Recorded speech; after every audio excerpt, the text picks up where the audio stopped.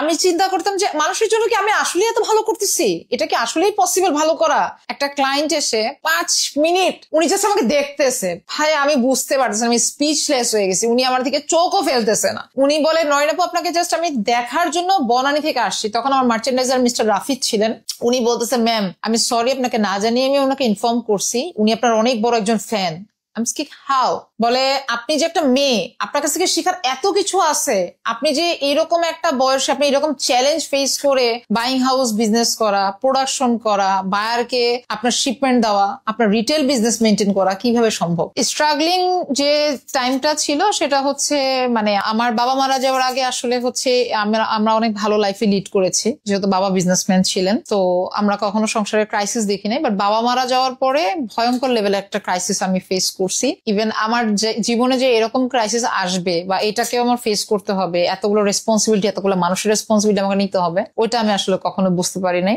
আর আমার একটা বেবি আছে, বেবিটা যখন লাইফে আসছে রেসপন্সিবিলিটি জায়গাটা মানে 100 গুণ থেকে 200 গুণ বেশি হয়ে গেছে। আমার কাছে তখন মনে হয়েছে যে না, মানে এখন আমাকে ঘুরে দাঁড়ানোর সময় হয়ে গেছে। হয়তোবা যেটা আমি আরো 5 বছর পরে করতাম, এটা 5 বছর আগে করতে পারছি শুধুমাত্র আমার বেবির কারণে। সো এখন আমার ফ্যামিলির সবাই আমাকে নিয়ে অনেক প্রাউড করে। যাক, মানে হচ্ছে আমাদের পরিবারের সব থেকে মানে বড় আমার বড় ছেলে হচ্ছে আমার বাবা। সো আশিক সাহেবের মেয়ে অবদান রাখছে ফ্যামিলিতে এবং একটা ভূমিকা পালন করতেছে, যেটা আমার পরিবারের অন্য কেউরা পারি নাই, এটা সে পারতেছে। ঘুমাইছিলাম, হঠাৎ করে মনে হয়েছে যে রিটেল বিজনেস করলে কিরকম হয়। কাজ আমার ইন্সপিরেশন ছিল, আমাদের একটা বায়ার ছিল, আমার একটা বায়ার যখন আমি বাইং হাউস বিজনেস স্টার্ট করছিলাম, আলজিনা মেন্স, উনি আমার ইন্সপিরেশন ছিল। আমি একদিন সকালবেলা ঘুম থেকে উঠছি সকাল 8টার দিকে, আমার অফিস ওপেন হইতো সকাল 8টায় আর আমি অফিস ক্লোজ করতাম রাত 12টায়। ওনার 2টা ভাইয়া আসছিল। সো এসে আমি দেখি যে উনি আমাকে অর্ডার দিতে আসছে। তো উনি ফার্স্টে আমার কাছ থেকে 200 পিস টি শার্ট নিয়ে গেছিল। সো ওইটা প্রথম হচ্ছে চায়না থেকে ওই প্রোডাক্টটা নিয়ে আসা হয়েছিল, টি শার্টটা। এরপরে উনি আমাকে প্রত্যেকটা কালারের 800 পিস করে অর্ডার দিচ্ছে, ইচ কালার 800 পিস। তা আমার কথা ছিল একটা রিটেল বিজনেস পারসন কিভাবে মানে 800 পিস করে এক একটা কালারের নিচ্ছে, এটা কিভাবে সম্ভব। এই তো জাস্ট আমার মাথায় তখন ঢুকলো যে না, আমার এখানে তো প্রচুর ক্লায়েন্টরা নক দেয়, আমি কখনো মানুষকে বলতাম কি যে না না রিটেল হবে না, রিটেল হবে না। সেরকম করে আমরা প্রত্যেকদিন 150-200 ক্লায়েন্টকে ফিরিয়ে দিতাম। আমি যে ভিডিও গুলো করতাম ওইখান থেকে দেখা যায় এভরিডে 300-400 ক্লায়েন্ট আমাকে নক করতো। তো হঠাৎ করে তখন মনে হলো যে না, দেখা যেতে পারে। তখন ওই পাশে একটা আমার বাইং হাউসের পাশে একটা ছোট একটা রুম ছিল, ওইখানে আমি কিছু 50-60 পিসের মতো টি শার্ট ঢুকাই।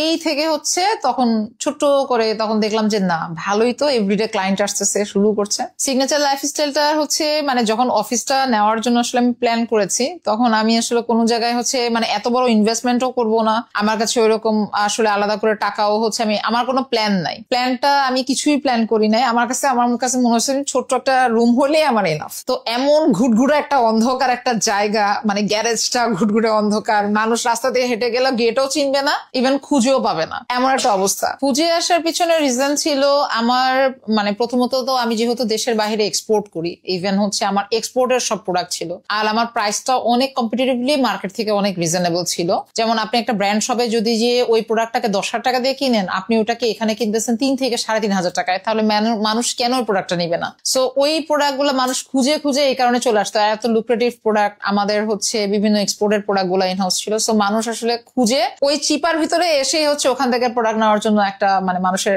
খুব একটা কাজ করতে, এবং আমরা মানে অনেক ভালো রেসপন্স পেয়েছি। আমার প্রথম যে সেলটা হয়েছিল, প্রথম অ্যামাউন্টটা আমি বলি, আমার ফার্স্ট সেল ছিল 12,800 টাকার একটা মেমো হয়েছিল। শোরুমটা যেদিন ওপেন করেছি, জাস্ট একটা থাই গ্লাস ছিল, গেটটা খোলা, নড়বড়ে অবস্থা।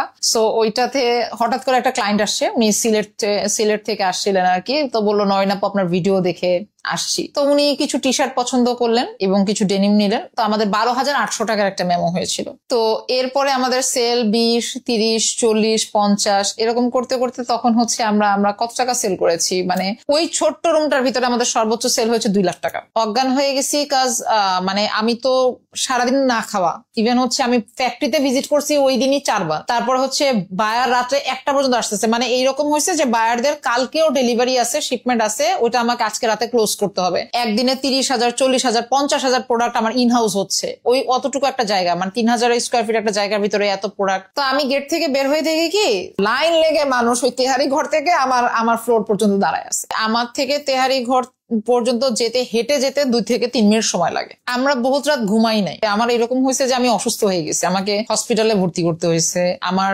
প্রেশার লো হয়ে গেছে, আমি না খেতে খেতে ডিহাইড্রেশন হয়ে গেছে। কারণ আমি একই সঙ্গে যখন আমি বাইং হাউস আর সিগনেচারটাকে ম্যানেজ করতে গেছি, আর সিগনেচার যে এইভাবে রেসপন্স করবে এটা কিন্তু আমি বুঝে উঠতে পারি নাই। আমি একটা নতুন ব্র্যান্ড লঞ্চ করেছি ইমদা, ওটা একটা গল্প যদি ছোট্ট করে শেয়ার করি। আমাদের পাঞ্জাবি তখন 18টা স্টাইলের পাঞ্জাবি কিন্তু ইনহাউস। 1 মাস আই ট্রাইড যে অন্যরা এটাকে সেল করুক, আমার মডেল থেকে শুরু করে বিভিন্ন ফটোশুট থেকে শুরু করে সবকিছু হয়েছে। ওটা ততক্ষণ সেল হয় নাই যতক্ষণ পর্যন্ত আমি ওটা নিজের ভিডিও না বানাইছি। এটা আমার জন্য অনেক টাফেস্ট একটা জায়গা, যে কেন মানুষ এটাকে অ্যাকসেপ্ট করে না যে আমার জায়গায় আরেকজন আসলেও সে হচ্ছে অ্যাবাউট দ্য প্রোডাক্ট সে ভালো বলতেছে, অনেক চেষ্টা করতেছে সবাই, কিন্তু যে লাস্টে গিয়ে হচ্ছে আমাকে ভিডিওটা করতে হচ্ছে।